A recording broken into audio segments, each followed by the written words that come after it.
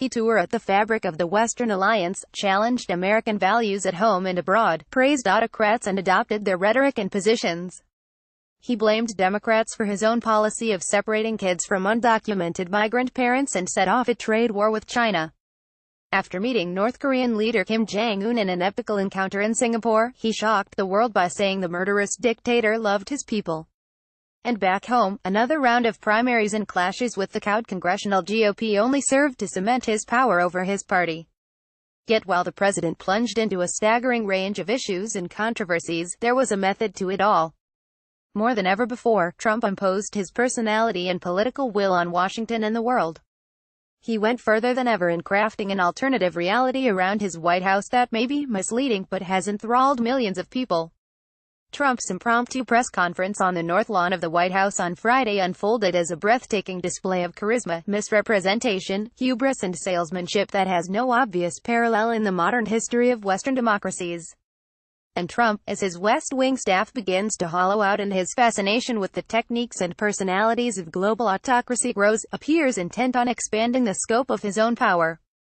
He was so confident he even let reporters in on his secret in Singapore when he said that he believed Kim would follow through on vague commitments to denuclearize but would just change his story if the North Korean leader fell short. "I may stand before you in 6 months and say, hey, I was wrong. I don't know that I'll ever admit that, but I'll find some kind of an excuse," Trump said. All politicians paint a version of reality that can inspire and motivate their followers. But few have gone as far as Trump in creating a different dimension that blurs established fact, defies accountability and knocks the rest of politics off its axis. Trump constructed a world in which an inspector general's report from the Justice Department cleared him of collusion and invalidated Robert Mueller's investigation. It did not. He claimed he had lifted the North Korean nuclear threat. He did not, and Pyongyang has so far done nothing after the summit to destroy its nuclear and missile program. Trump claimed there were hugs and kisses at the end of the G7 summit. In fact, multiple diplomatic sources have described the meeting as the most acrimonious in the modern history of the West. The president insisted that a law passed by Democrats required the separation of children from their parents when undocumented families cross the southern border. That is not correct. The point about Trump's embroidered versions of truth is not that it's misleading but that it offers a narrative that his allies in conservative media and on Capitol Hill can inflate. Throughout the week, Trump appeared to be sending up trial balloons on the nature of power, sometimes flippant and sometimes sinister. For instance, in a Fox News interview on Friday, he noted that when Kim speaks, his people sit up at attention, adding, "I want my people to do the same." He later insisted he was kidding, though it didn't seem like it at the time. After all, Trump had earlier in the week saluted a general from North Korea, where the armed forces are the instrument behind the world's worst human rights record. The president also slammed U.S. and South Korean military maneuvers as provocative, and called for Russia to be let back into the G7, G8, continuing his odd habit of adopting the foreign policy positions of U.S. adversaries in Beijing, Pyongyang and Moscow. Another aspect of Trump's method of power projection that doesn't seem funny is his frequent musing over his part in power and insistence that he could even wield it to absolve himself if necessary. His top lawyer Rudy Giuliani also fueled an impression of a president willing to flex expansive power when he insisted that the Inspector General's report meant the Mueller probe should be frozen, then told the New York Daily News that the investigation could be cleaned up with presidential pardons.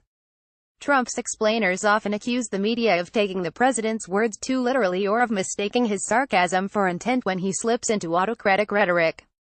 Some Republicans say his unorthodox approach to North Korea and his heavy flattery of Kim may be worth a try. "We have a little window open and the president is trying to go through it in the way that he does things. Some people don't like it, some people may think it's not appropriate. But we have got some sunshine where we had nothing," Scott Jennings, a former special assistant to President George W. told CNN's Jake Tapper on Friday, "And I think most Americans are going to say, well, we are trying something different and maybe that's the answer." But Trump's media appearances this week have also revealed another trait he shares with his autocratic friends like Russian President Vladimir Putin, Chinese President Xi Jinping and Kim: a tendency to conjure a feeling of victimhood around himself, his followers and the nation. For Trump, when the media fact-checks his many falsehoods or points out that his summit with Kim produced no verifiable framework for North Korea's denuclearization, it's evidence of unfair coverage by the fake news. Any suggestion that his campaign colluded with Russia or that he obstructed justice is evidence of a deep state witch hunt against him. His entire vision for diplomacy is based on a transactional calculation of dollars won and lost and the idea that America's oldest allies, many in the G7, have been ripping it off for years. And by stoking resentment over immigration, he is making an implicit case to his supporters that their culture is being victimized by outsiders. Ruth Ben-Ghiat, a professor of history and Italian studies at New York University, has conducted in-depth studies of fascism and says that the idea of victimhood is an essential component of the methodology of many autocrats. It has two dimensions. First is the idea that the strongman is there to be a savior of a people who have been ripped off by other nations, or mistreated. "We got a raw deal, other powers are taking advantage of us, so we have to go it alone," Ben-Ghiat said, noting Trump's "America First" philosophy. The other dimension is because these rulers present themselves as embodying the nation, their own victimhood narrative means when you attack them you are attacking the nation. Trump came close to embodying the second dimension, portraying himself as the personification of the United States in his response to the FBI raid on the office and residencies of his personal lawyer Michael Cohen in April. "It's an attack on our country in a true sense. It's an attack on what we all stand for," the president said. Ultimately, the fate of Trump's efforts to test the limits on his power will depend on countering weight of institutions. He has already outfoxed his Republican critics. Democrats must mount to come back at the ballot box if they are to thwart him. America's allies in Europe are showing signs of fighting back, though in the final analysis they depend on U.S. might for their security. Perhaps the most viable check on Trump is the law.